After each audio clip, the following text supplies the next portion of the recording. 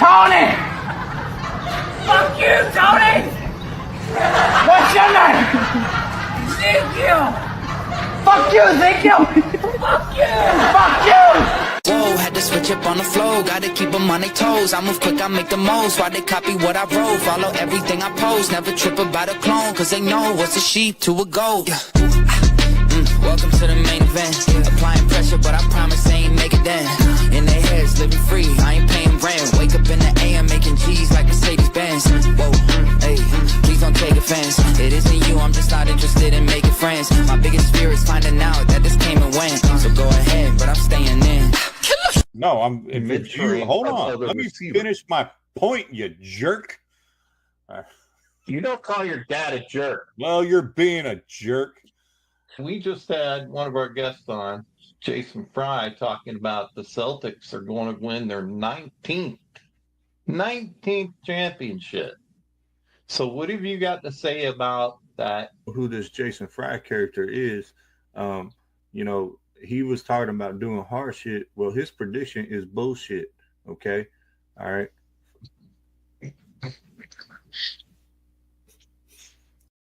I have a feeling we're about to be joined by Sir George. He normally comes out of the black hole. Oh, there he is. Sir George. He is it's back. You play football. What's up? You never Well, look. I just want to say Hey, you hey. are. Hey, Jerry. Hey, Jerry. I just sold Jerry joke. Hey, Jerry. You said, well, this ain't your number one. Your number one, Jerry. Number one. Oh my God. We're moving on. We've killed the Cowboys. Matter of fact, get out. I'm tired of talking to you. Give me freaking JJ. Bring JJ on the show. Holy crap. Let's hear his opinion about this damn trade and why they made this decision. I think you're trying to cover your own ass right now and just Best not admit country of you were ninth wrong. in the country. I think you're just trying to cover your ass right now. And You know what? I got a big ass, so That's a lot of take cover. a lot of cover. It take a blanket, damn it. More like a drape. Did you just pull a drape? Is that so I can open it up when I need to go? Hey, you're getting too deep into this. Rivalries make sports great, but they Yes. got to be on the same level. And I'm sorry, Angel Reese ain't on the level of Caitlin Clark. Like, it's not Magic Bird. If you don't want to commit to it, take your ass and be a PE all-star.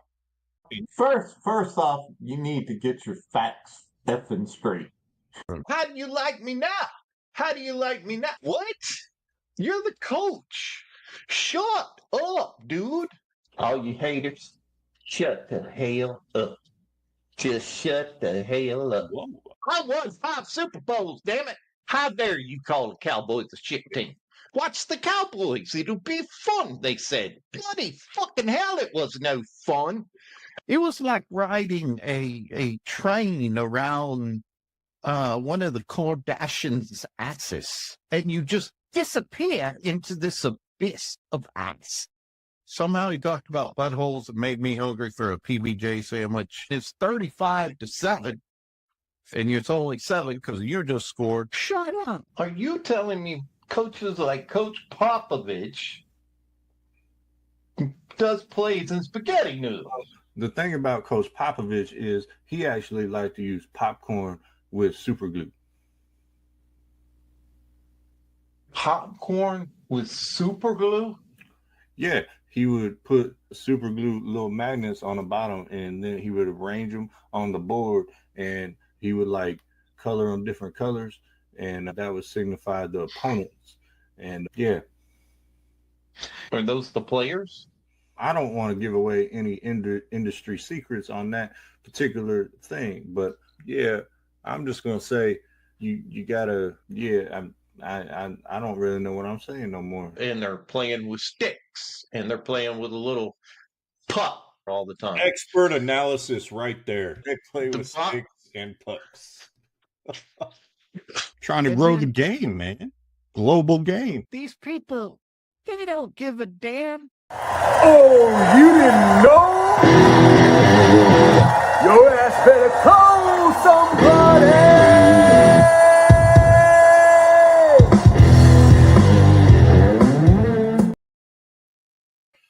right, ladies and gentlemen, welcome back. The greatest in the land, self-proclaimed. We are back. Keyword self-proclaimed there. I am Casey, the remix schedule. The bald and the beautiful below me is Eddie, the original schedule. Say hi to the people, old man. Hi to the people, man. There we go. You always take it so literal. Just can't Oh come up yeah, with something. I'm very, very literal. You're supposed to come up with something original. Like you are the original, but you say the same thing every time. Like be original. So, That is original. no, Ain't consistent. that was awful. That was awful. Strong start to the show. All right. Well, a lot to get into today. We got one of my good friends, Bradley Washington, the head man at Horn High School. He has done it all, seen it all. We're going to get into an interesting debate today about high school athletics, spurred by good old Facebook post. So we'll bring him here in a second. We got NFL, got some injury news around the league. We got Cowboys drama, of course. We're going to do an interesting subject I thought of just laying in bed, and the greatest sports pictures of all time. We're going to talk about that. The WNBA, what's going on the court now. And a new segment, Making Most of Your Moment, brought to you by the original. This is one of our original segment he came up with. A little bit about the Texas Rangers. Do they still have life after this last week? Looking a little sketchy right now. And NFL going to be ruined by ESPN? Question mark. We'll see. But all right, let's bring him in. He is not sacrificing his evening for no reason. The man, the legend, Bradley Washington. How are you doing, Washington? Man, I'm blessed. I just made fish tacos for my kiddos, for heated up fish tacos. So the evening is still young. The evening is still young. You know what? You have another title attached to your name, not only head coach, but you're like the lead trainer somewhere, aren't you? Yeah. So it's a brand new startup. So we're working on Foundation Athletic Academy. I'm working with Dustin White. He's the head coach at Southwestern Christian College in Terrell, Texas. But he was down in Central Texas with me for as long as I can remember. So we linked up and started doing that. Yeah. Nice. Well, very cool. Well, we're gonna have to see if he's gonna laugh at the joke. Because he hasn't gotten me to laugh in a year and a half. So, all right. So, go ahead. well, you know, I was staying somewhere this weekend at a hotel. And you know, this hotel tried to charge me $10 extra for air conditioning. That wasn't cool. Wow. There you go. Wow. See. Yeah. No.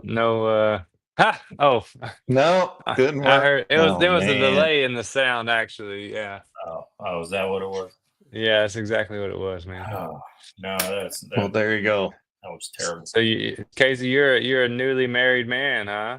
Yeah. I got married back in May, and took a nice long honeymoon in Europe, and I chronicled that on the show. So I always told you were big time. Yeah, I'm still paying for it. Yeah, so probably. So we need sponsors. Why we need sponsors for the show. I feel that. So if y'all get this training business off the ground, there's an opportunity there for you. Why? Yeah, man, come on. You can come to, or maybe we can just move it into the area where you're at. But yeah, it's up there in the Metroplex, man. It's pretty competitive. But foundation is a big deal. I think a lot of it doesn't get talked about enough.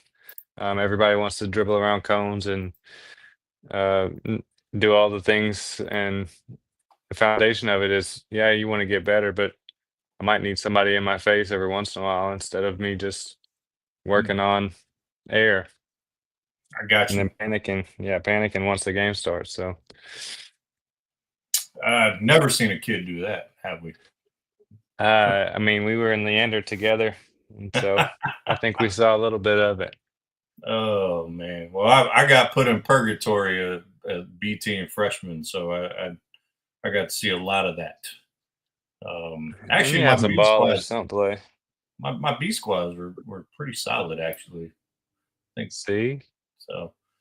But speaking of high school athletics, so for the folks who don't know, we did coach together at Leander. I thought about using the picture of us on the bench sitting next to each other. I don't know if Should you have remember used that it. on the announcement, but so like I mentioned, this got spurred by a Facebook post, a discussion that I think happens in every locker room in every high school. I know everyone I've been at. I'm going to assume around the state of Texas and probably across the nation of multi-sport athletes. Yeah. And I'm going to play devil's advocate and I'm going to play the jerk in this role more than likely. And I want to preface that with is I was a 4-sport athlete in high school. So, and so I'm a product of it. It was I also, Ohio, though. huh? So it was Ohio. I don't know if it No, counts. it was South Texas. Thank you very much. That's I'm it's not pretty from much Ohio. Ohio. I'm not from Ohio. That those are fighting words, Wash. Which that was very rude of you and unprofessional. But multi-sport athlete. So, I was trying to look for the post, and that's a bad on mine. Was that Andrews ISD that posted that? Yes, it was. So Andrews ISD put a post out there on saying, every kid should be playing multiple sports. No coach should be a part of that decision-making process if a kid does choose to play one sport or two instead of three or whatever it is. That should be his and his family's decision. I don't think that part of that is a debate for me, for probably anyone in that realm other than maybe some scheming coaches out there.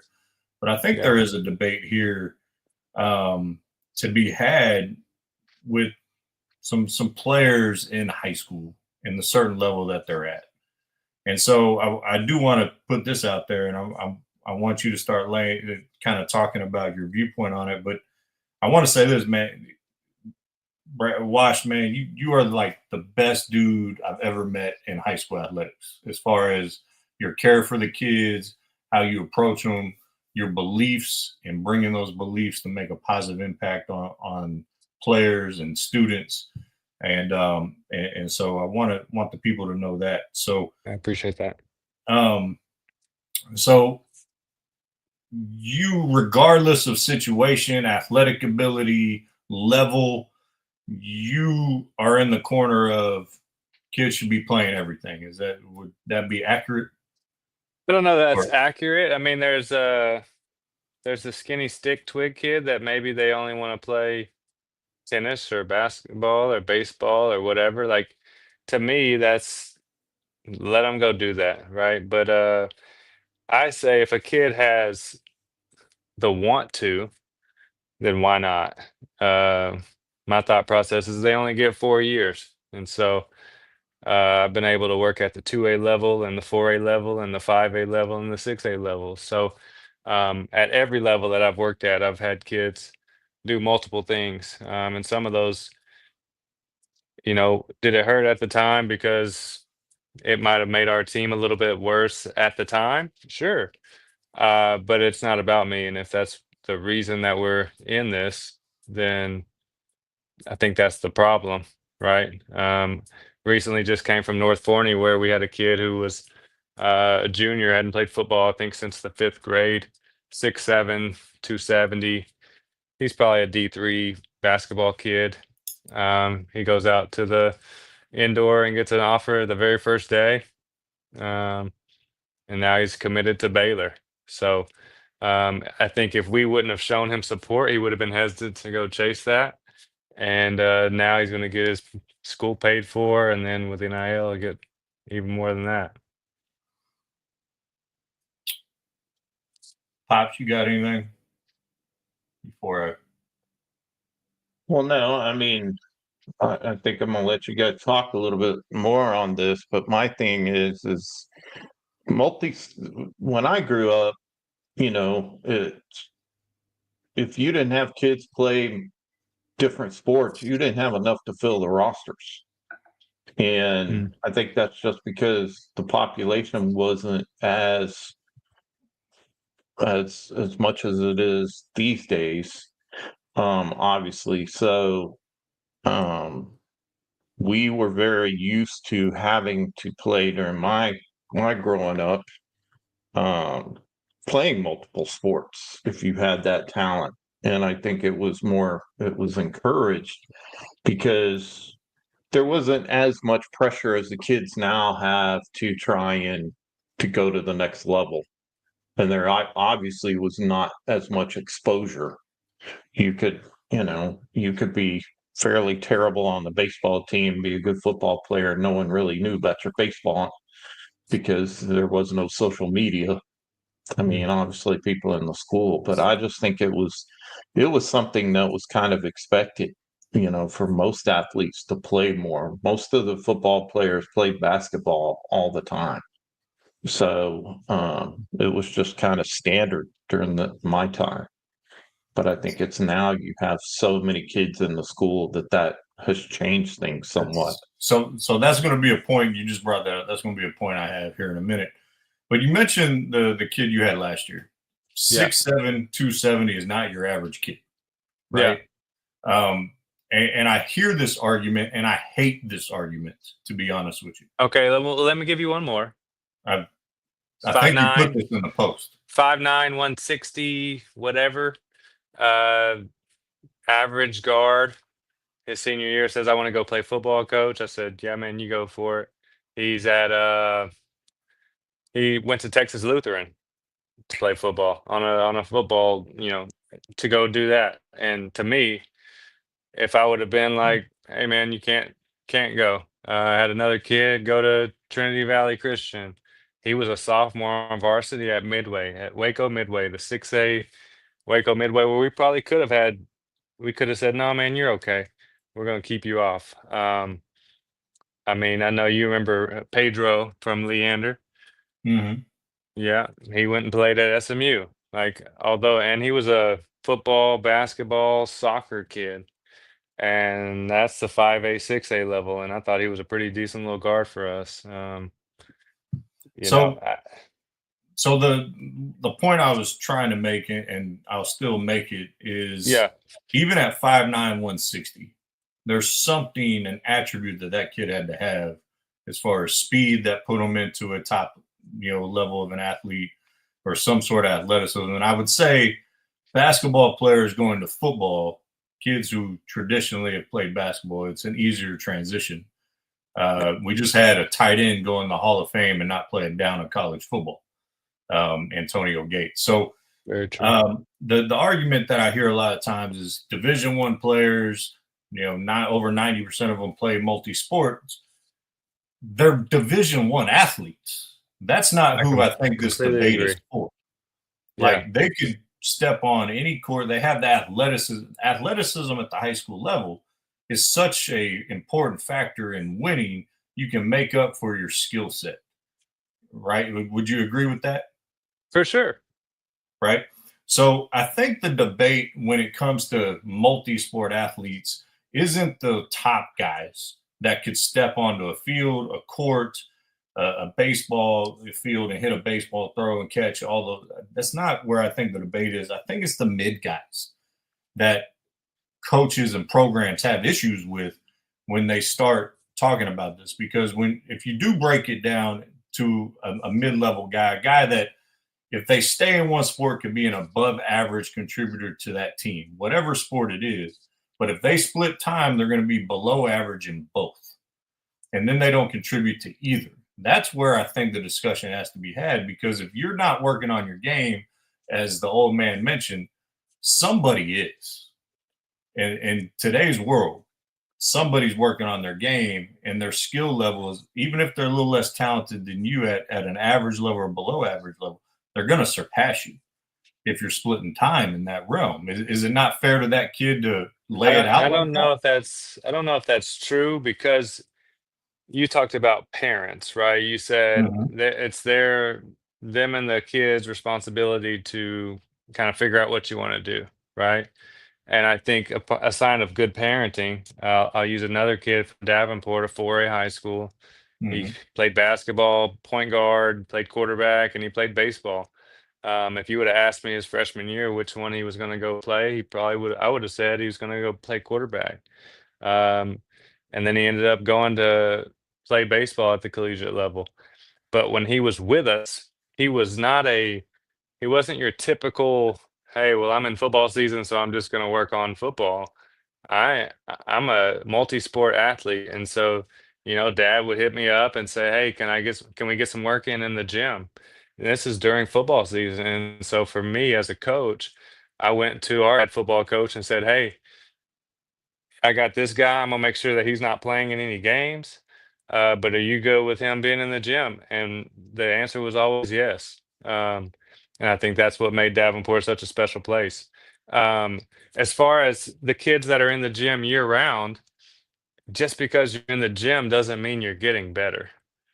Um, and I think that's a huge one because if you're not really working hard, if you're just kind of thinking, hey, I'm getting older, so I'm going to get better, like, is that really the case?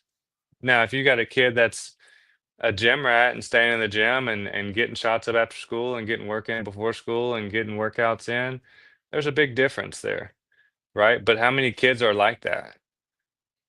I think that is program dependent a lot of the times, and the expectations of the head coach and what off season they design in that. The other side of that is you mentioned at Davenport and you had the kid playing both.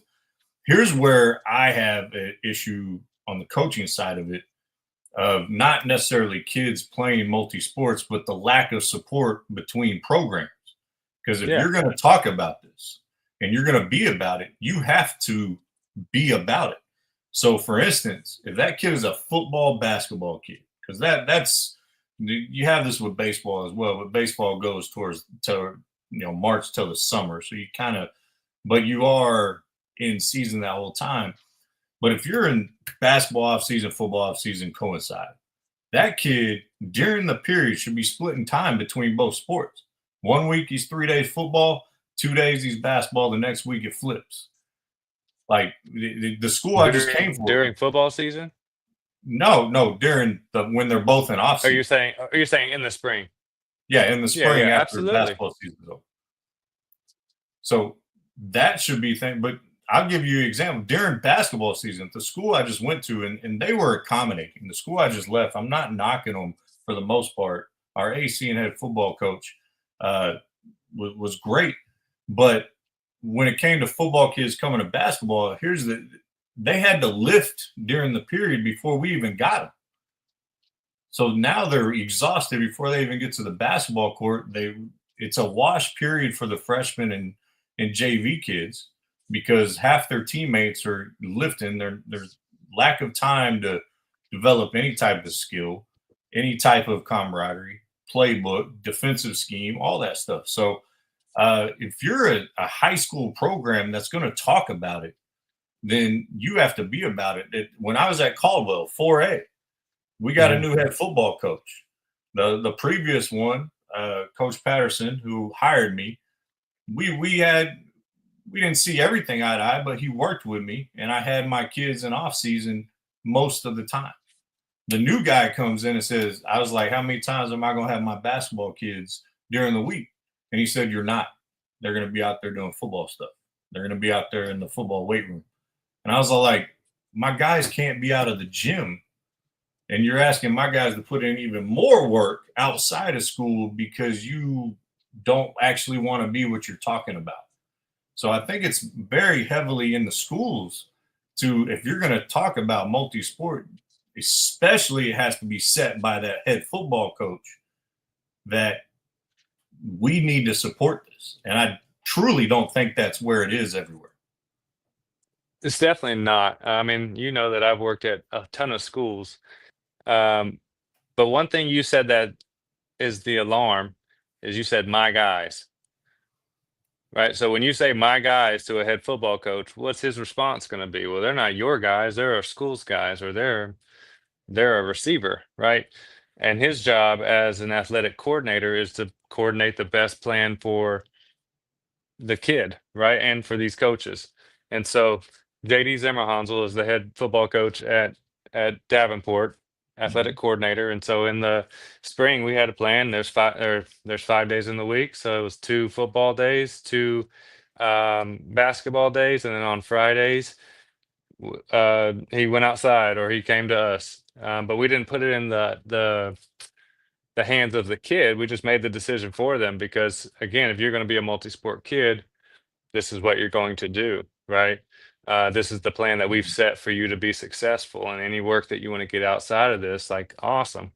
But yeah, is that few and far between? Absolutely. But the guy I'm with now, his name is Vernon Hughes, head coach at Horn, and same thing. We had a kid go from basketball. He's going to be an incoming senior, and he hadn't played football either ever or it's been a long time. But he's a good sized kid, and he's out there now. And so we've had a plan ahead of time, like, hey, he's going to still play in our summer league stuff or fall league stuff, and he's going to play in the shootout stuff. And he's still going to get his skill work in, but that's in the fall, like during a football season, that's on him to get that work in. That's not, Right.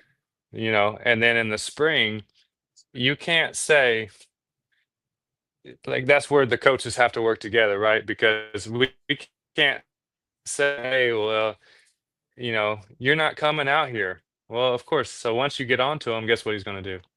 He's going to go out there or he's going to come back to you. And then someone else is going to tug on his arm. And so I think that's where it's up to these coaches to coordinate that stuff, man. It's so important because you want a healthy culture. And I think the only way to create a healthy culture is to just work together and not Yeah. have behind the scenes doors conversations like you and I have both heard. Yeah, 100%. And I say the term "my guys" because I think every coach, especially when you're the head coach, you invest so much into these kids, they feel like yours. You feel you have a genuine invested interest in their struggle. And that's how I define love, a genuine invested interest in another struggle. And you mentioned that if you're in it to win, you shouldn't be in it. It's about kids. And I agree with you, but society doesn't agree with you or me. Is losing coaches do not stay employed very long. At the end of the day, if I get fired for doing what I'm supposed to be doing and doing what I'm called to do, like, I can go get another job. That's how I look at it. And I think that that's how I am. And God's blessed me to be able to have jobs and to do things the right way and win.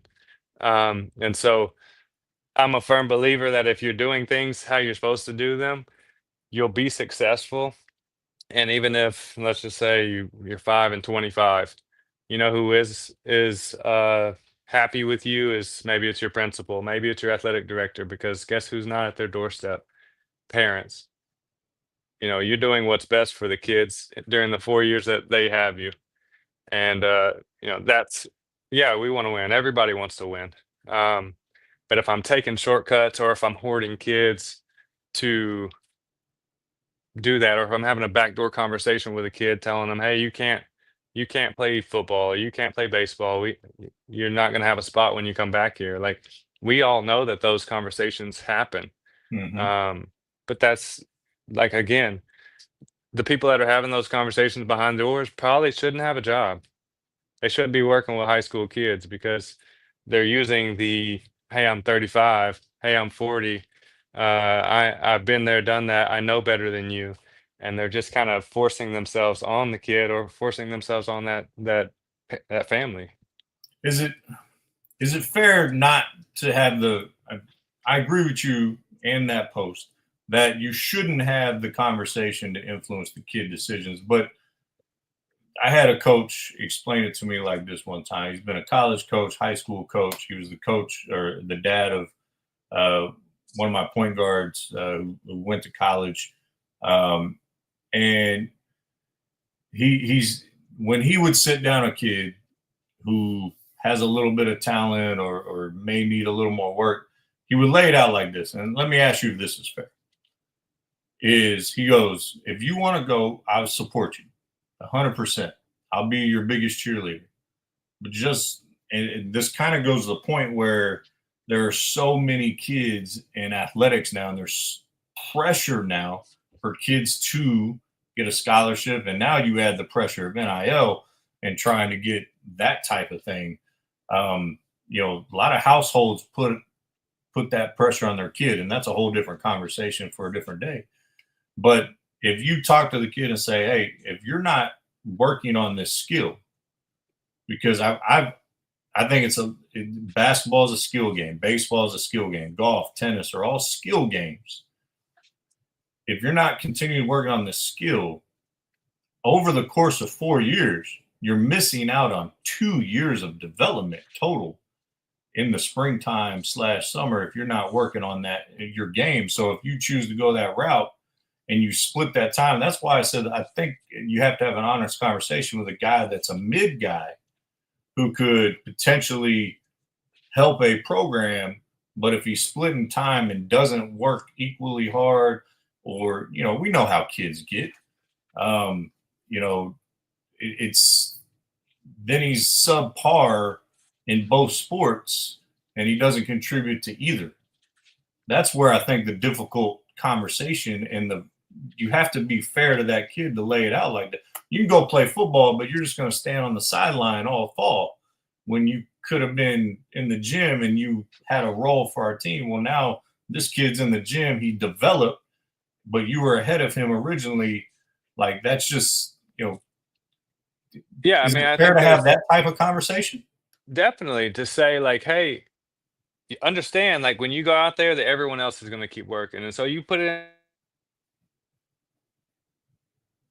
Uh-oh. You want to be great or you want to continue to keep up, then you got to put the work in. But I think personally, like coaches don't do a good enough job of mapping that out for them. Like, hey, I'm Mhm. gonna tell them, hey, you need to get the work in. But my son's a 10-year-old soccer kid who's pretty dang good. But if I don't tell him something to do, he's not just gonna go outside and put cones together and work for 30 minutes. Like he's just not going to. But if I Right. gave him the exact same time, the exact same cones, and I said, "Hey, do this workout right here," what's he gonna do? He's gonna do it. And so ultimately, I think with those kids that want to play multiple sports, like you do your job as a coach to provide, hey, this is what I think you need to be doing. Like, hey, these are some great workouts, or hey, you can ask me, right? You can even go that far and say, hey, what do you want me to what do you want me to do, coach? And you give them a workout, and if they do it, cool. And obviously, if they're doing those things, then what's happening? They're still Right. gonna get better, right? And yeah, absolutely. But I do think it's going to be more and more difficult for kids to make this decision because of now even football is getting close to being year round with 7-on-7. We all Oh, know yeah, most baseball, definitely. travel baseball is year round already. AAU basketball is year round outside the high school season. And then you have these private and prep teams. I honestly think outside of football, personally, we talked about this on the show before. I think high school athletics is going to be privatized in about 25, 30 years. I think it's eventually going to go away. I think it's going to be more the European model because your top guys are going to go to a prep school where they can get paid. Bryce Griggs left Hightower a few years ago, got $1 million from the prep school that he was going to go to. Yeah. But I think ultimately, I looked it up. Right now in Texas, there's 3,300 schools Yeah. on all levels. There's 247. 247 at the 6A level, 250 on the 5A level, and 200 on the 4A level. And I really think these conversations are by coaches at higher 4A, 5A, and 6A levels. When you get Mm, any smaller than that, you have to share athletes. It's not an option. Like you for don't sure. have a team if you don't. That's more of a community. It's smaller community. Everyone knows everyone. It's normally people who grew up there go back to teach there. It's a more of a community. So I just kind of threw some numbers, or did some math, just on the 6A level with 247 schools at 15 kids a team. That's over 3,700 kids playing basketball in the state, just on that level. I think it's hard for these kids to play multiple and keep up. I was at the school I coached at last year was 5A, moved up to 6A, and it was a rude awakening. On the 6A level, you got 4 or 5 dudes you got to worry about. On the 5A level, you might have 2, maybe 3 that are just guys that are going to go to the next level. 4A, you probably have 1, maybe 2 if you're lucky, unless you're Oak Cliff Faith Academy. But I think there is a certain level of pressure on the kid. You see parents moving to be in the best athletic situation, even though they won't say that because their PAPF will get denied. And then you have the machines like Duncanville. Like, if you don't win at Duncanville, you're going to be fired. So, and I don't think many of those kids cross over. Allen, I don't think many of those kids cross over. When you start getting to these big ones, you don't have that crossover. Matter of fact, the conversation really isn't even had at those schools because there's enough kids.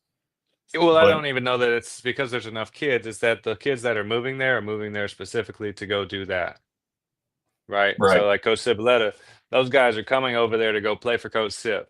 Those guys were going there to Duncanville to play for Coach Peavy and go to the next level. Like, they weren't coming for a normal high school experience.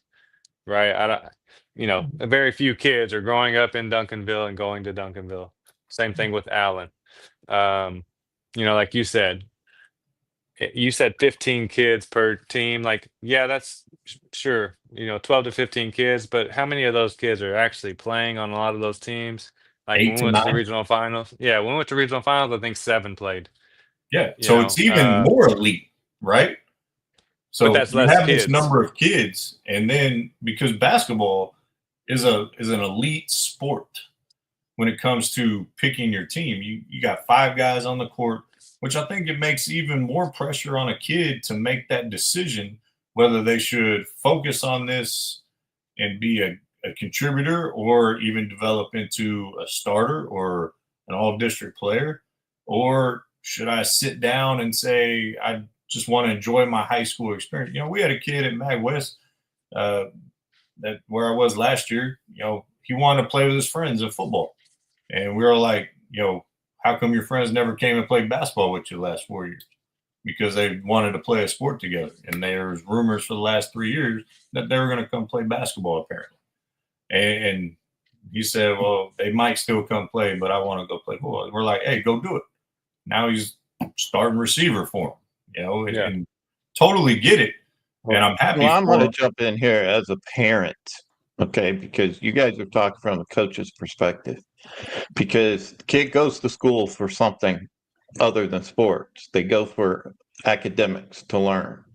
So what I want to know is, if my kid's playing multiple sports, how is that going to affect, and what have you seen in your experience, how is that going to affect their academic as far as their grades and getting things done? Because the conversation I hear is focused solely on the sports and them not getting the education that they're supposed to be able to move to the next level, which we see just watching interviews of some of these athletes that are the ones that are the star athletes. It's obvious that they didn't get the education that they should have, just listening to them as they go. So that would be my question and my comment from a parent's perspective. Wash, you want to? Sure. Yeah. I mean, I think we all know that when kids are involved in extracurricular activities, their grades are better. Someone's holding them accountable. They're going to class and they're doing those things in order to play sport or to be in theater or in the band. And so, to me, I don't think a kid can be in too many sports. The brother of the kid that went to Texas Lutheran, he was actually Jaden. He was our salutatorian. and he ended up going to Trinity to play football. And he was another kid that's a 4A level, but he was a 6'3" post. Well, 6'3" post ain't gonna get you very far, but a 6'3" Right. corner will. And so he got out there and he used his defensive skills as a long guard, basically, and said, but I'm going to Trinity. And so uh, I think part of that is on our coaches to say, hey, I know your workload is crazy. And so, hey, I mean, for me, we have study halls. We have study halls where our kids it's not just for the low achieving kids, it's for all of them. And so, in the event that kids don't need to do any work, then they're helping the low achievers. Or I majored in mathematics, so my job is to help these guys be successful. I think part of that's scheduling. I think if I'm not going to schedule a 3 hour away game on a Tuesday night when kids got to go back and go to school. Now, the people out in West Texas, they got their own little issues as far as transportation and getting to games. But for me, as much as I can control it, I think, you know, and the kids that you see on TV, the college kids or the NFL guys that didn't get a great education, maybe they're really smart. Maybe they're just lacking on how to talk. Social Maybe they skills. never were. Yeah, they never were. They didn't have social skills, or they didn't have the telepersonal communication stuff that some kids have access to, or so I think just because some kid Mhm. says something dumb on an interview doesn't mean they're not smart. It just means maybe they're a little bit country, maybe they're a little ghetto, maybe they're whatever. It's just kind of the way that they grew up. Yeah, Um, I would add that coming from a kid who, after my first 2 years of high school, I only played basketball at a school of 5,000 kids at Altum High School in Dallas Fort Worth. I left my sophomore year with a 2.1 GPA. Like, I only passed during basketball season. And I've said this many times in casual conversation with people that when it comes to academics, if I would have stayed at Haltom, I probably wouldn't have graduated high school, or just barely. Yeah. I moved to South Texas, played multiple sports, smaller school, and I graduated at 3.5. I didn't get below like a 96 for 2 years. Not because I wasn't capable at Haltom. It's just I didn't. There wasn't anything Your holding me dad accountable. was on your ass. You weren't on my That's ass. why. I took care of my own business. And there is a level of, obligation to your teammates and the program and your community and things of that nature. So, I think multiple, and I also think the time you put into a single sport, if that's what you're truly focused on, not just a kid I'm just going to play basketball, but a kid who's trying to make it. Like I give example, kid Braden Biggett, who went to Texas. No, not Texas Western. That doesn't exist anymore. Yeah, it does. Southwestern State, I think. It's in West Texas. I'm brain farting on the school, but Braden. Okay. I asked him. He's a 6'2", 6'3" point guard for us at Lake Creek a few years ago.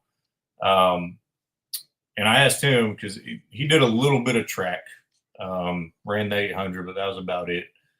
And I asked him, what did you do in the off season? And he said, I'd make 1,500 shots a day, not make. Yeah. And he caveated that with, he said, and half of those have to be game speed. They have to be game shots, or it was a wasted session.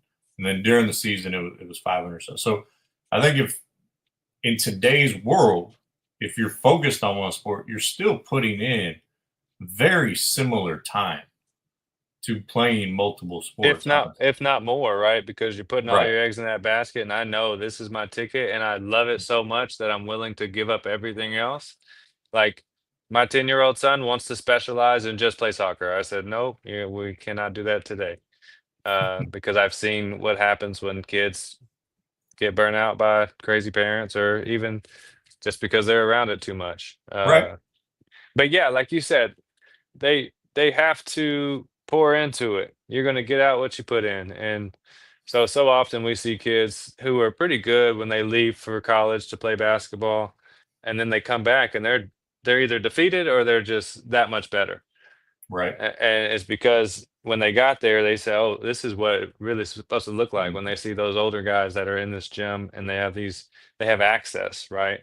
Um, I think the kid that you're talking about, um, he was an all-state kid. Braden was not all state. Okay, so all I region, think something like that, right? he may have been all region. Okay, I think the kid you're thinking about before that was Pierce. Pierce was all state, and he went to okay, Nichols. But okay, he's same. But actually, Pierce was pretty unique. He was the coach's kid, yeah, great player. He's actually, as a grad assistant, using his last year of eligibility to play at UTSA this year, but went to Nichols State originally. But he was a basketball only kid that didn't play AAU. He didn't do that stuff in the off season. He just he kind of did it old school as far as I know. We played a lot as a high school in a lot of tournaments in the off hmm season. So instead of as an AAU team playing, we played as Lake Creek. None of our kids played AAU. We played together. It was one of the unique spots we've been in. But Braden, he put in a ton of work. Um, and that's what you end up having to do. But I think ultimately, academically, being in multiple sports, I don't think necessarily affects that yeah. in a negative way. So, I think you dealt with both, Pops. I mean, I played multiple when I lived with you, and then Dallas only played hockey. So, another specialized skill I knew sport. you were from Ohio. Brad, we're gonna fight over this, dude, and I'm gonna lose because you're like 6'4", 200. But you know, or maybe I Hey, but underestimate. you've been working out. I've been watching you. Just because you can lift a 450 on a deadlift doesn't mean you can fight, right? Never mind. No, man. First off, and the last thing I'll say is, I think the most important thing to take out of this conversation Yeah, is a lot of it's on the coaches to set up the right system for their players to be proper multi-sport, or be honest with, especially I think those lower tier and mid kids, on what can happen. Not that it will happen, not that you're going to lose your spot, not that you're not a varsity guy, not that you're promised a spot. You and I know you and I have heard, like, if you come and play football, you'll be on varsity. Like, or if you stay yeah, here, yeah, you'll do this. Those type of stuff happens. And it shouldn't, but I think an honest conversation with and now I really think it is those mix, because your lower kids, your lower talent kids, no matter what they do, it's going to be a struggle for them. So it's kind of where you come into this wall with kids. It's not your Division I athlete guys, and it's not yeah, your bottom guys. yeah. It's It's like not the y'all play LeBron whatever. Jameses of the world, right? Right. I hate that comparison. What do you mean? What'd you say? Like the whole LeBron. Oh, LeBron, he played multiple sports. No, LeBron is a freak of nature. So Yeah, and so that's those what I'm are the dumb comparisons. Yes. Yeah, and that's the comparisons that, like, we had one kid at Halton, one kid who came from football. And that dude was a all-state Division I corner, and he just got in there and played defense for 2 minutes at a time and locked down the best player. Like, I remember he came in our practice, and I'm like, holy, this is a whole different breed. Like, I didn't know. And so, but it's a excuse me. I think it is really important for programs, athletic coordinators, athletic directors, because everyone says the right thing. Everyone tiptoes around it. But very rarely does an athletic program, a school, an athletic director enforce and is actually about multi-sport athletes. Most definitely. And until there is a wholesale change on the athletic spectrum, you're going to fight. This is going to be a fight between coaches, parents, put kids in bad position. And so, and we're only growing in the issue because the population of kids is only growing when it Yeah. comes to, number of schools being built and things of that nature. So, and parents want their kid because they feel like some parents, I should say, feel like they've invested a lot of money in that sport, to develop their kid. I'll give you kind of an example of a kid who had talent that his mom didn't understand. Had a kid, he became a preferred walk-on at Florida as a wide receiver. He was attached to maybe their quarterback as a package deal. Just throwing that out there. But they grew up together. But we had dinner at mom's house. And she's like, I just don't understand why these kids aren't killing these teams. We used to smash in AAU and beat teams by 30 or 40. And I was like, well, yeah, because you were bigger, faster, stronger.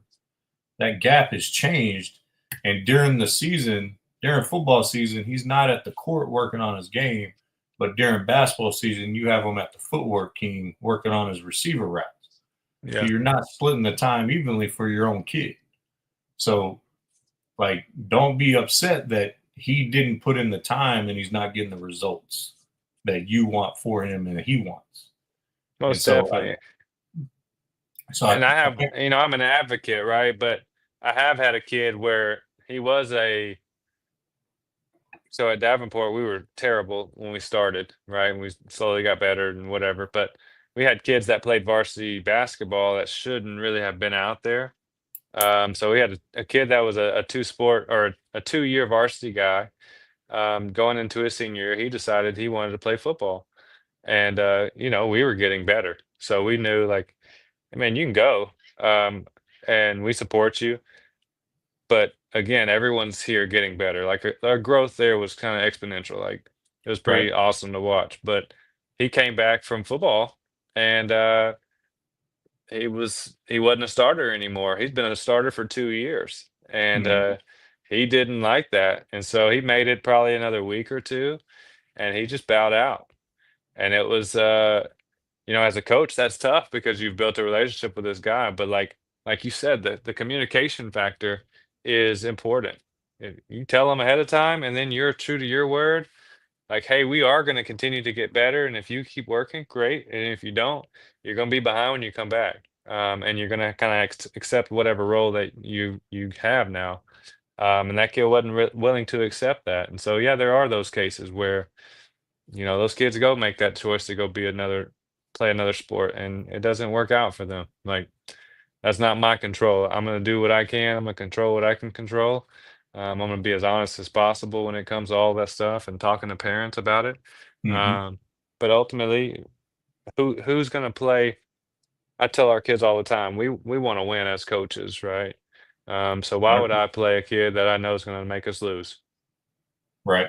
I'm not going to, right? And so if you're good enough to play, then of course I'm going to put you out there. And so that those situations come up, and I think, like you said, with communication between coaches, but communication between parent and kid, and between coach and kid, all those, the big word is communication for all of it. And I think that could nip a lot of things. Even to be honest with a kid that's 5'7" and say, hey man, I don't know if you got college aspirations, you could do it. I mean, I had a 5'9" kid that would dunk on you and shot 50% from three. He could go, but his options still were limited. Right. And so like you said, it's not the D1 kids. It's not the kids that are, outlandishly crazy. It's those middle of the road kids, but a lot of times those 9, 10, 11, 12 kids, they're going to be 9, 10, 11, 12, whether they go outside or whether they stay inside. Yeah. And they're probably going to be 9, 10, 11, 12 on both ends of it. And it is what it is. I got you. All right. Well, Wash, I appreciate you coming on. We're going to have the conversation. And I think it's important, and I'm very happy you've been an example and been in situations that how it should be.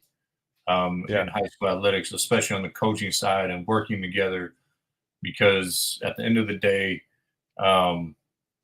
you know, it is about the kids. I agree with that 100%.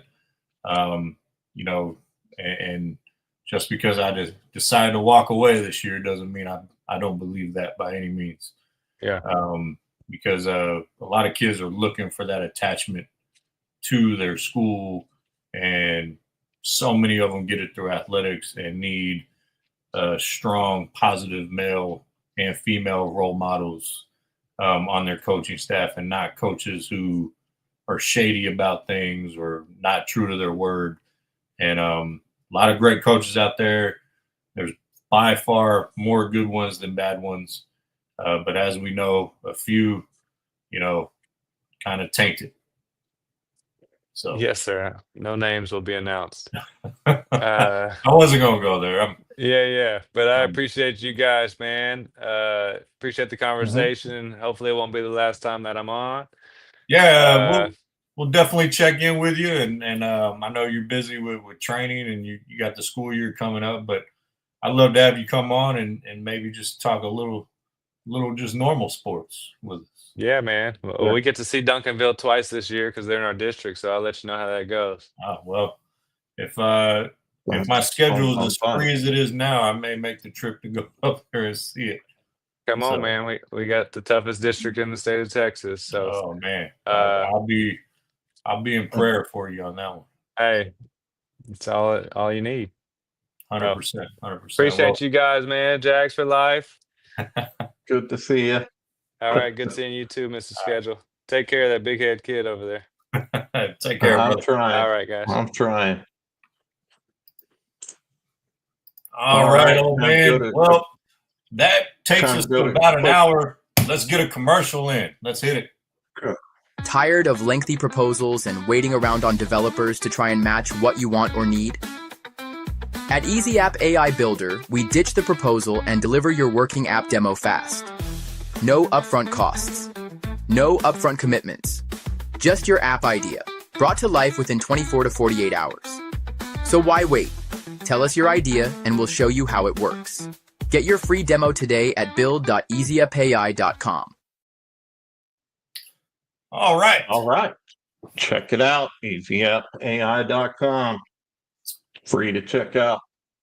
Yeah, this guy over here below me, he's got into the AI stuff, leadership stuff, marital stuff, whatever you need. Easy Leadership can take care of it. Matter of fact, he may be making.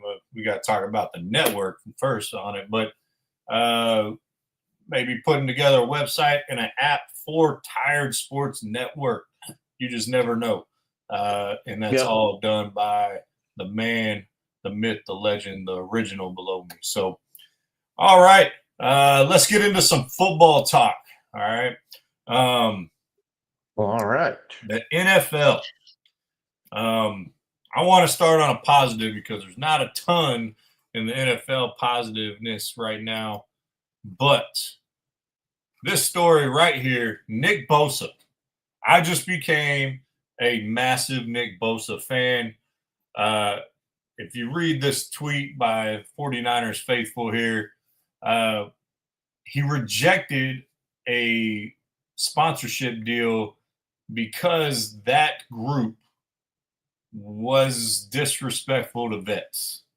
Wouldn't take care of homeless vets right down, it says 2 blocks from their headquarters.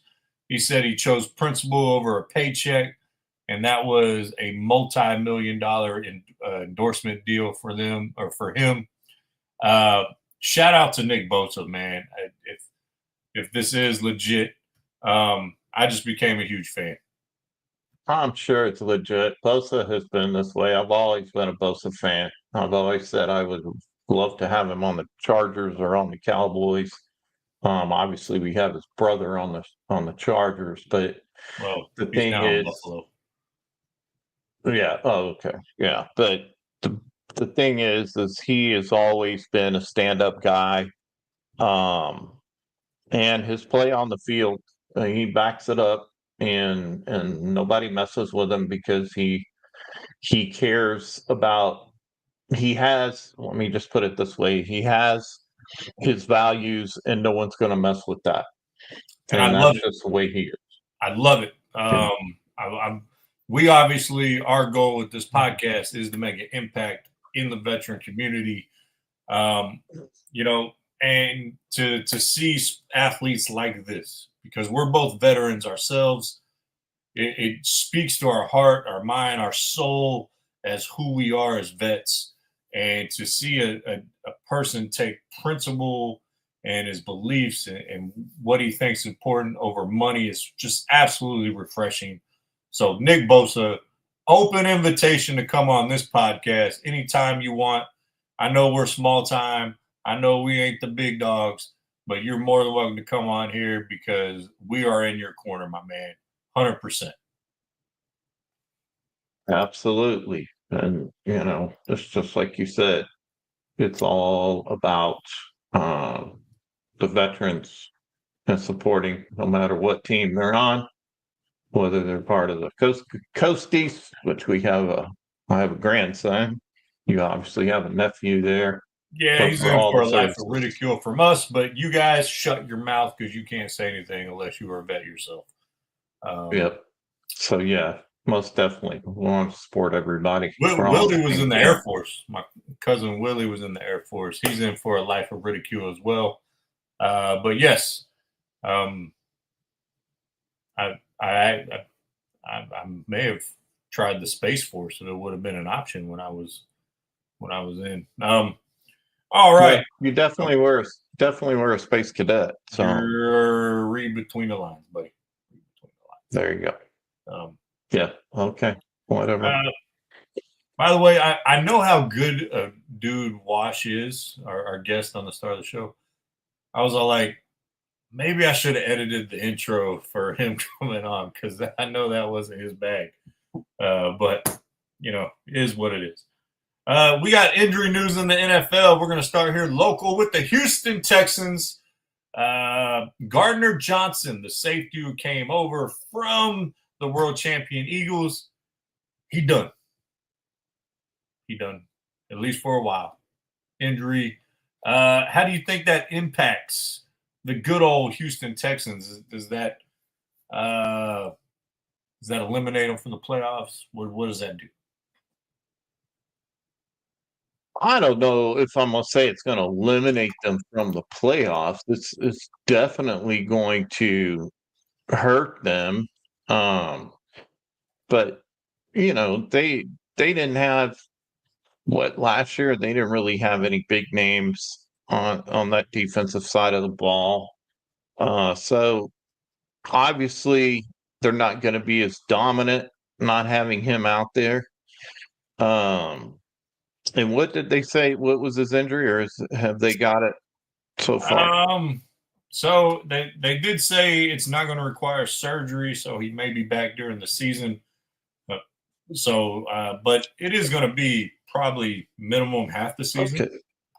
Yeah, so it's a knee injury, right? So yeah. It's a knee injury.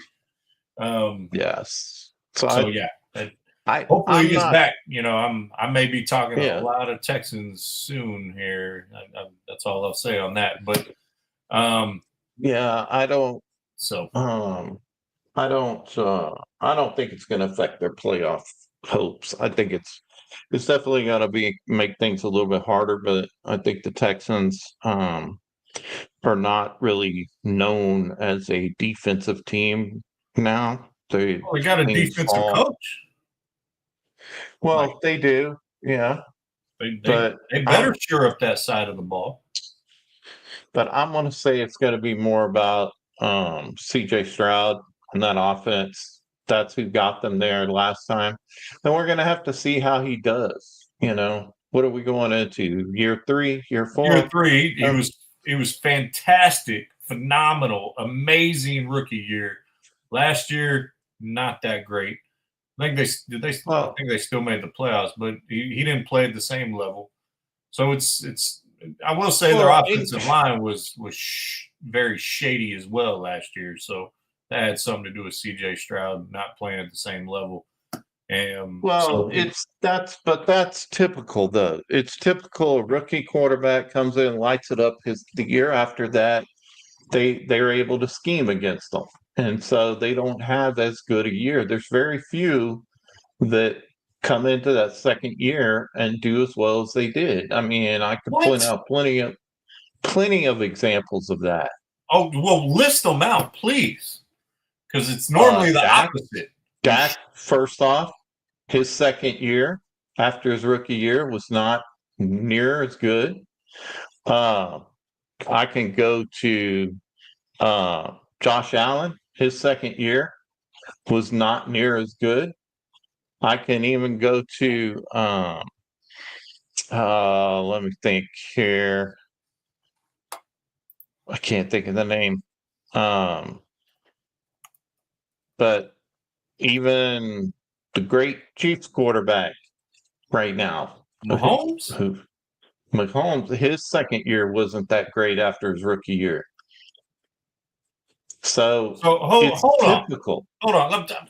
I got to poke holes in this BS you're spitting out here because you like to do this all Josh Allen. How is this BS? You know that's what happened. No. The rookie quarterback, the second year they have film on them, they are not near as explosive as they are. I can go back to that. First off, Josh Allen, rookie season.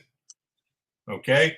His rookie season, 52% completion percentage, 2,000 yards, 10 touchdowns, 12 interceptions, rating of 67.9. His sophomore season that you're saying he was worse, which is bull honky.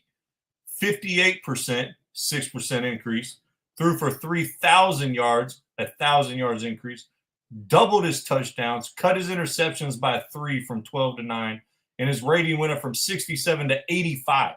So if you're going to throw a name out there, how about you know what you're talking about? Josh Allen is not on that list. Who the F his team was the second year? Who did he get? What are you talking about? Who did he get on the offensive side of the ball? So now you're going to try to skew his numbers. You said he wasn't better. He was better. I'm saying that it is typical that most rookie quarterbacks who do well their very first year have a slump their sophomore year. That's the point I'm trying to make. He didn't do well. He was better his second year. You know, you and your damn man love for freaking Josh Allen, you defend him more than you do your own damn quarterback in Dallas. So whatever, you're biased, you're always going to go, oh, let me kiss Josh Allen, Dad. I love it, Josh. So just whatever. You always get upset over Josh Allen. Josh Allen, you are upset so much. Because I just destroyed your argument. You're just mad because you were wrong on one person, and I said typically. And the first guy you named was Josh Allen. Do you understand the words coming out of my mouth? I do. That's why I have to correct them for the people watching. The sophomore year of a quarterback who has a light-up rookie season, bullshit. Tell me someone who was a lighted-up rookie quarterback. Was C.J. Stroud lighting it up his sophomore year? That's not the original thing you said. You said that is exactly what I said. No, it's not. You don't remember. I said, okay, so let me phrase it so your weird ass whiskey ears can understand what the hell I'm saying. Is I said rookie quarterbacks who light it up. In other words, they have a standout season, take their team to the playoffs. They get stats off the mark. Their typical sophomore season is not near as good. That's typical because teams now have film on them. You ask any damn coach in the NFL, even the shitty ones will tell you this, is that now they have film, a whole season on them to be able to game plan against them. Just like Dak. Dak, they were like, oh, he's the new freaking Superman. But his sophomore year wasn't as great. But you always got to pull out Josh Allen. You said something bad about Josh Allen. Well, the Dak one is marginally worse. I will give you that. Went from 67 to 62% completion percentage, threw for 300 less yards, one less touchdown. He did throw for more interceptions, and his QBR or his quarterback rating dropped by 20%. So in that particular instance, you're correct. I don't consider 3,600 yards and throwing for 23 touchdowns lighting up the league, by the way. I don't think That's a rookie, though. A rookie is not expected to do that shit, is what I'm telling you. That's what I'm saying, what you originally said is rookies normally play worse in their second year. That's what you originally said, and you rephrased it. How it normally happens is rookies suck their rookie year, and their sophomore year they're better because of their experience and they know how to. Okay, so that's a totally different conversation, because what I said was rookies who light it up. The CJ Strouds of this world, the Griffin Juniors of this world, what's going to be Daniels. I don't think Daniels is going to have a lighted up sophomore season. It's those type of players. You're talking about Robert. That's what I'm talking about. You're talking about Robert RG3, not RG2? Yes. Yes. RG3. Oh, man. Anyways, the point is, you take Josh Allen's name out your mouth because you were wrong on it. That's all I was You take Josh Allen because I want to give him a big old kiss. I want to give him a This coming from the guy who praised him last week. And then about a couple months ago, you tried to say, I never said he wasn't a top 5 quarterback. I literally just went back and saw 6 episodes in a row. You said he wasn't a top 5 quarterback. So don't sit here and try to say you remember what you say all the time. I apologize to our audience with all this Josh Allen. Let me just put on, I need some music to go, boom, chicka, bow, bow. It's Casey and Josh. Zeke Elliott. You were having a Zeke orgy. The Buffalo Brokeback Mountain between Casey and Josh going on here. That's what's going on. At least I'm with Josh and not Zeke like you were last year. At least I was right. Anyway, were you right? Oh yeah, because you went out on a limb. I went out on a limb because Josh the guy Allen who was playing in the playoffs and was an MVP candidate, I said he was going to be good too. No, and I didn't love say him he was and gonna hug be him good. and name him Josh. Hey, over there. Put some powder on your head. It's shining too much. 2 is I said he was going to be MVP. That's not going out on a limb. Okay, you said all year he wasn't going to be MVP. You said first it was going to be Mahomes for 6 straight weeks. Then it was going to be Lamar, and then it was going to be possibly Burrow. It should have been Lamar. No, it shouldn't have been. It should have been. Yes, it should have. But anyway, should have been Lamar. Did he win the Super Bowl? At the bottom line, what did I say? He's going to take you to the brink of thinking he's going to win the Super Bowl and win it all. And what is he going to do? He's going to fail. Everyone does against Mahomes in the AFC. That's what everyone does against Mahomes in the AFC. That's nothing new. Failed. He whooped Lamar's ass. They whooped Lamar's ass, your supposed MVP. Anyways, could you look at Dustin's comment here so we can talk about this so we can get off your favorite subject? My favorite subject. I'm not talking about Josh Allen.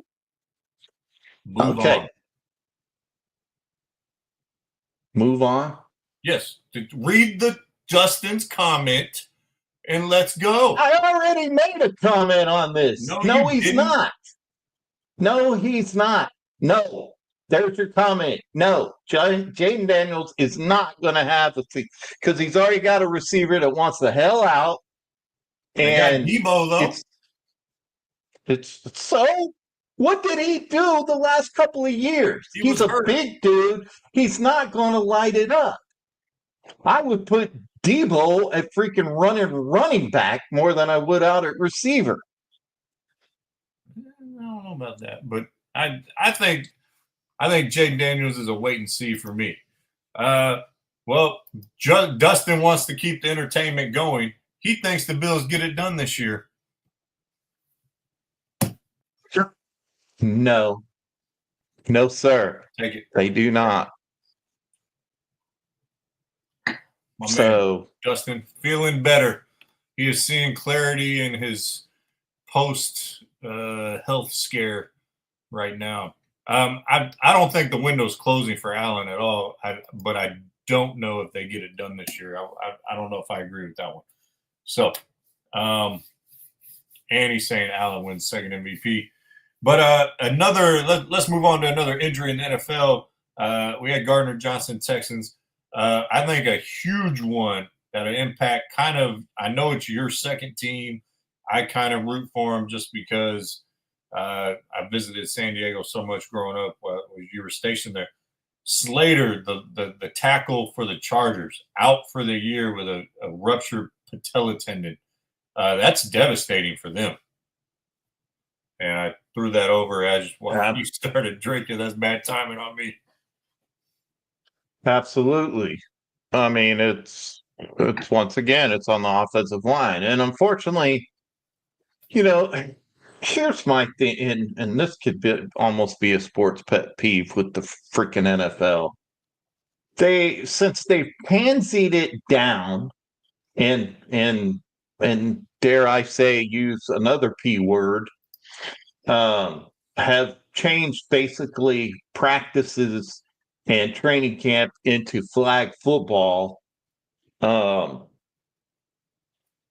It's weird to me that we are seeing to me the same amount, if not more, injuries than we did when they were allowed to actually play football. Yeah, that's an interesting point. I think there's something to be had that I think it's really bewildering, right? That they have better technology, better sports science, better nutrition, and yet it does feel like there's more injuries than ever. It's because they don't play the game. They're not in game shape, really. And this is what I say about the NFL. It takes 3 games in, at least 3 games in, before you really know what your football team's all about. And why is that? It's because they aren't in game shape.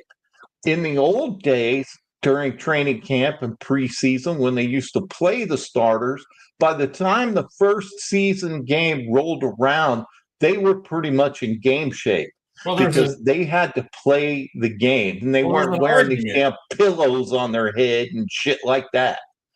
Well, there's an argument to be had that's saying that in the Jimmy Johnson days, the days that you're lamenting here, that more guys came in out of shape and used camp to get in shape, right? So there's that, and then they played more in the preseason to gear up for it. Well, now guys don't get out of shape. It is a year-round process for professional athletes to stay in shape, unless you're Luka until this summer. And ultimately, you don't need those games to get in shape. You're already in shape. But I think there's an argument to be had. There's value. Hold on. Don't shake your head yet. And I'm agreeing with you on this point for the most part.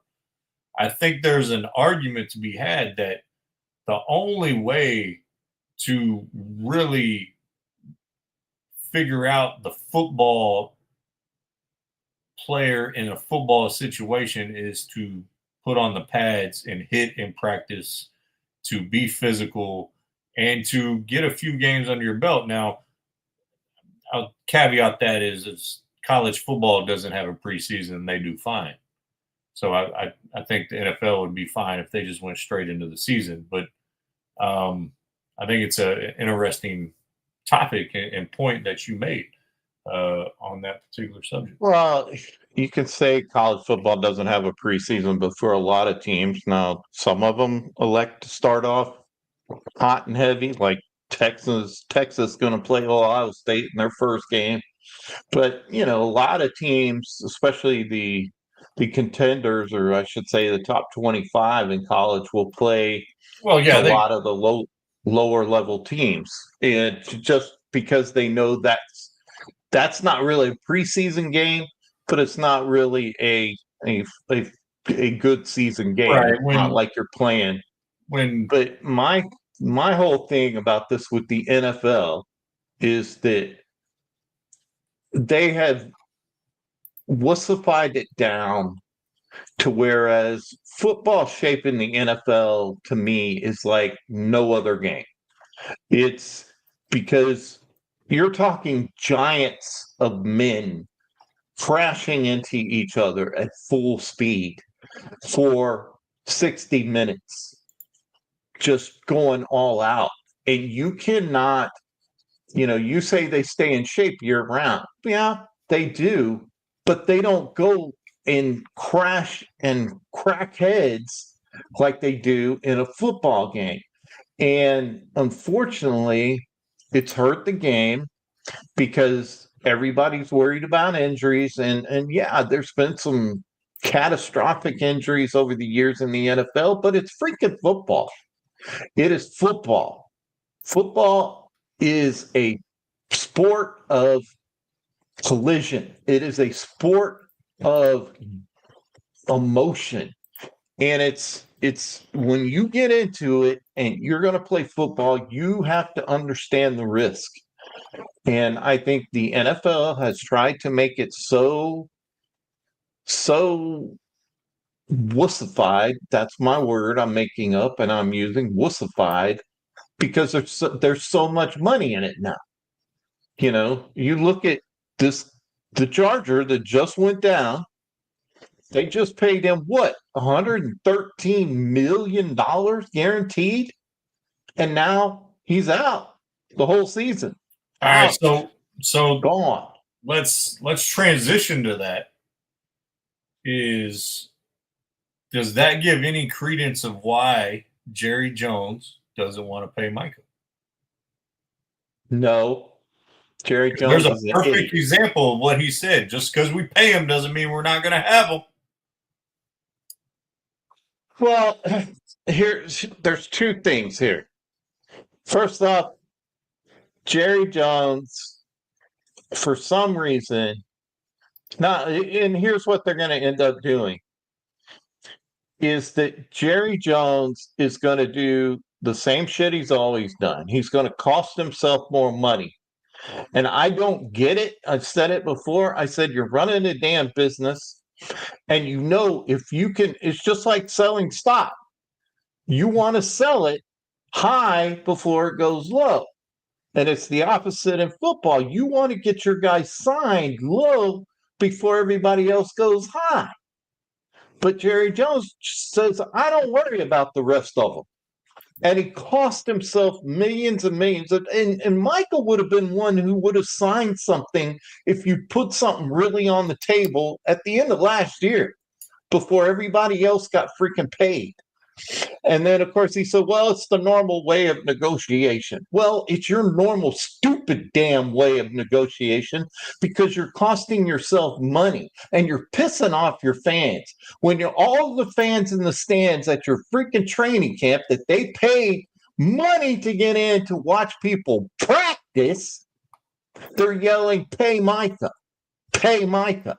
That's who's paying. As much as Jerry don't want to freaking admit this, those freaking people showing up to that shit in California and every place, those are the people paying for his freaking helicopter and his jet and all that shit. And he should at least once in a while take into account what his damn fans care about, since he ain't won a damn thing in 30-something freaking years. And that's my thoughts on it. Feel free to call me, Jerry, and get on the show. I'll debate you over this any day of the year. Not sure. He's going to come on the show. Rant over. Well, that naturally transitioned us to the Cowboys, but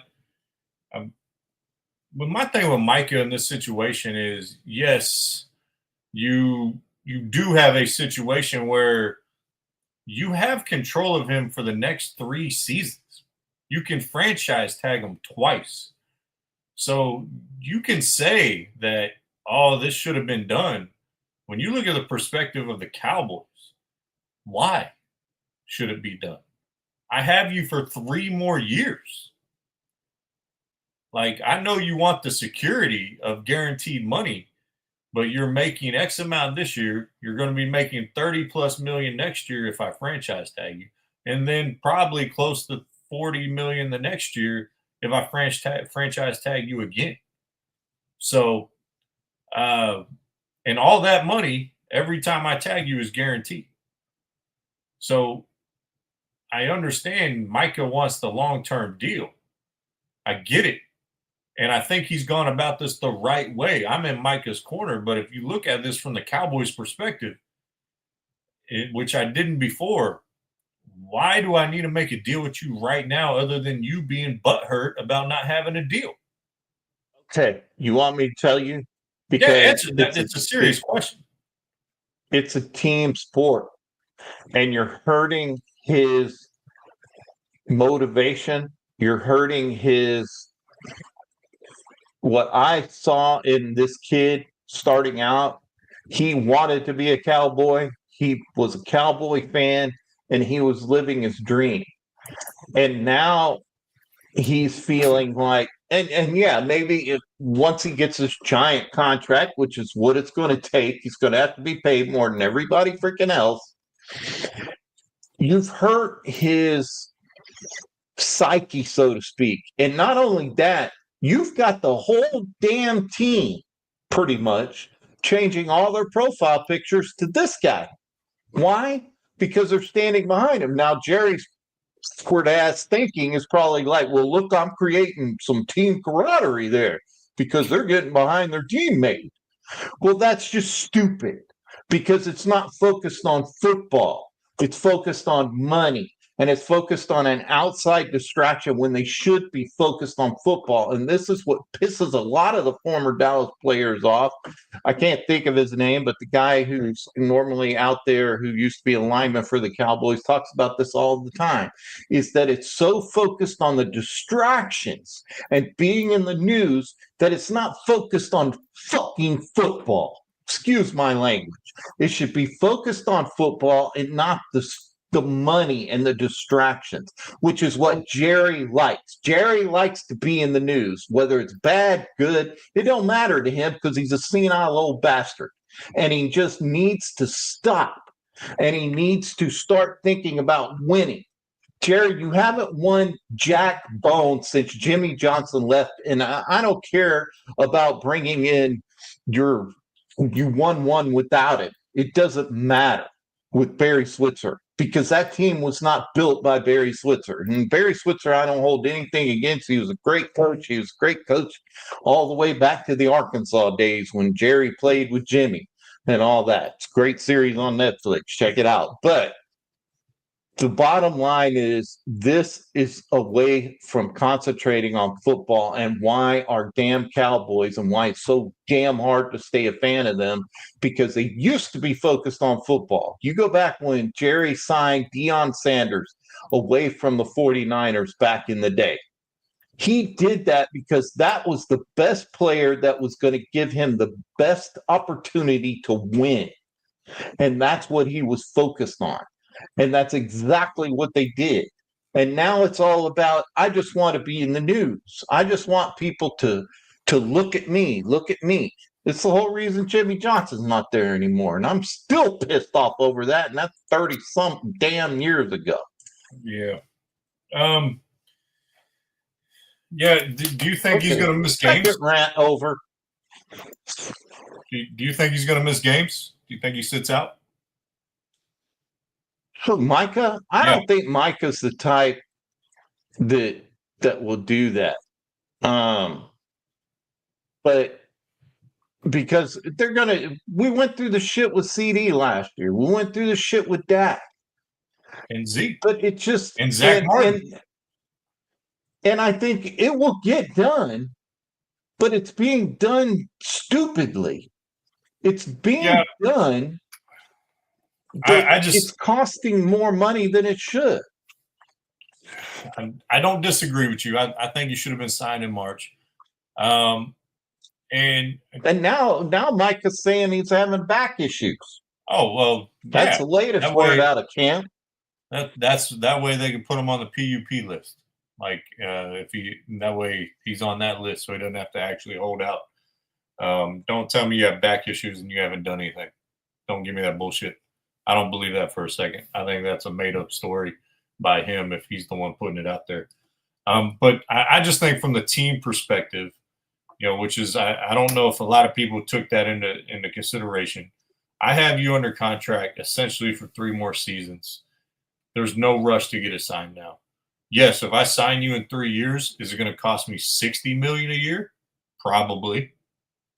It probably will. Let's not pretend like the price doesn't go up.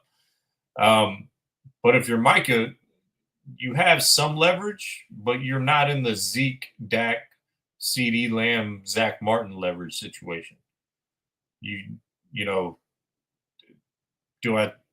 But I agree with you. It's a stupid way of doing business. And arguably, it's one of those. Arguably, he's the best player on the team. Who would you say that's better than him on the team? I would probably say CeeDee. CeeDee, okay. I could see the argument there. But he's definitely 1 or 2. Yeah, he's the heartbeat of your team, especially your defense. He's the guy you pick. I'm not disagreeing with you. I think it should be done. I was just wanting to throw that point out. When you start looking at it long term, from a team's perspective, from a GM or owner's perspective, I think it's like, hold on, I got you 3 more years, and you're going to get a shit ton of money in those 3 years. Let's hold on and let's see if you stay healthy. But see, that's the whole thing, though, is that if they didn't, I agree with you. What? I agree with you. I'm just throwing the opposite side out there. What I'm saying, I'm not arguing with you. All I'm saying is I'm arguing with Jerry. That's who I need to be. I need to bring Jerry on and argue with him. But the bottom line is I can't be in the same room with them because I will get too pissed off. That's why you never see me and Jerry in the same room, in case y'all were wondering something else. But the bottom line is that you're costing yourself, even if they franchise them, they're still costing themselves more money. I get that. Just signing. I totally get it. I totally get it. That's why it's so asinine. I'm gonna back up on another subject because I was just curious why you were going on your rant. Well-deserved rant, by the way. Not knocking the rant. Had a little gnat in the room. You made the argument that quarterbacks that light it up their rookie year normally do worse their sophomore year. So I decided to do a little research while you were talking, and it's actually 50-50. All right? On this proposition that you're saying. So it's not a norm. It's a maybe, maybe not. So I'm going to give you the top 10 seasons by rookie quarterbacks. All right. Number 10, Ben Roethlisberger. Okay. Now, Ben Roethlisberger was worse his sophomore year. That's one in your favor. Number 9 was Dak. I gave you Dak, even though I didn't consider him lighting up the league, but I'll give you Dak. Russell Wilson actually did better his sophomore year. Okay. So that's one on my side. Well, here, since you're going to rattle all this shit off since you can't let it go, how about I give you the worst 5 sophomore seasons of guys who lit it up the first one? How about Baker Mayfield? His rookie season in 2018. Not even gonna let me finish. Sam Darnold in 2018. Same class. Yes, he did. Darnold showed flashes of potential. 2,865 yards with 17 touchdowns in his rookie year. Listen, then he went to shit. How about, do you remember a guy named Josh Rosen for the Arizona because Cardinals? they don't matter. listen, man. That's what I'm saying. I'm If taking you can take no. a rookie I'm taking the quarterback. top 10 rookie seasons by a quarterback. Top 10, not the worst sophomore. That wasn't my argument. And you Yeah, already it said was it's your argument. 50-50. I'm taking the first part of your argument and saying it's a 50-50 proposition. Okay. Well, Andrew let's Luck get did off better. this damn subject and move on. So what I'm going Robert to Griffin say is, III I'm in going your to favor. say that CJ I Stroud don't did worse. think I'm going to Josh. go through I it. don't So you think. can either listen or you can try to talk over me. Cam Newton did better. Or actually, Cam Newton was kind of about the same. Dan Marino did better. Justin Herbert did better. Jaden Daniels to be determined. So it's 4-4 with one in the middle. And really, you're going to do Are you that? done? Are you done? Really, you're going to just take yourself off the screen? Like, Or like I that? mean, let's just end the show, man. Like, if you're going to be that petty and stupid, man, like, come on. Like, What I'm trying to tell you it doesn't matter. is that Josh Daniels is not going to have the same season he had last year. His name is Jaden Daniels. Jaden Daniels. See, now you got me freaking with your Josh kissy stuff. Jaden Daniels is not going to have the same season. So there you go. Because there was 5 quarterbacks. There was Baker Mayfield, Sam Darnold, Josh Rosen, Dwayne Haskins, who was another one, and another one that you forget about that everybody thought was the next coming of I don't know who the hell they thought he was, but Mitchell Trubisky for the Chicago Bears. None of these guys had a great rookie season. Yeah, they did. For a rookie, yeah, they did. If you talk about Trubisky, everybody was all over it. And he didn't start all the games. He only played 12 games and had 2,100 yards, almost 2,200 yards, 7 touchdowns, 7 interceptions. And then his next year, what? Those aren't good numbers. And all I wanted, the only point I was trying to make before you decided to take yourself off the screen and do this like a child was I took the top. All right, y'all, we're ending the show. We'll see you later.